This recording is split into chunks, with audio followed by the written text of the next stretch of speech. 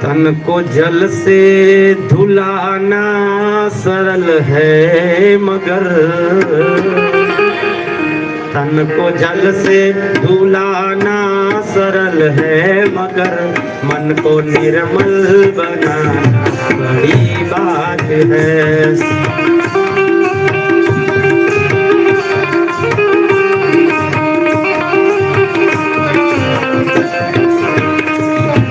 जल से धुलाना सरल है मगर, तन को जल से धुलाना सरल है मगर, मन को निर्मल बनाना बड़ी बात है।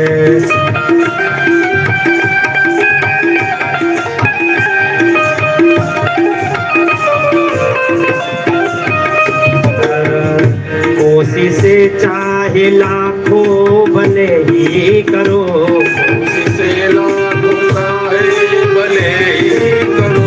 बिना सदगुरु ज्ञान पा सकते नहीं, बिना सदगुरु ज्ञान पा सकते नहीं।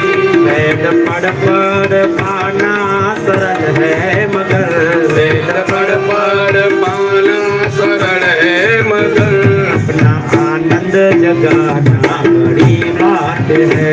अपना आनंद जगाना बड़ी बात है। तन को जल से धुलाना सरल है मगर, तन को जल से धुलाना सरल है मगर, मन को निर्मल बनाना बड़ी बात है। मन को निर्मल बनाना सही बात है। मन ने निर्मल बनावવું બહુ મોટી વાત છે મહારાજ। હે પછી મહારાજ કહેવાય છે કે કૃષ્ણચંદ્ર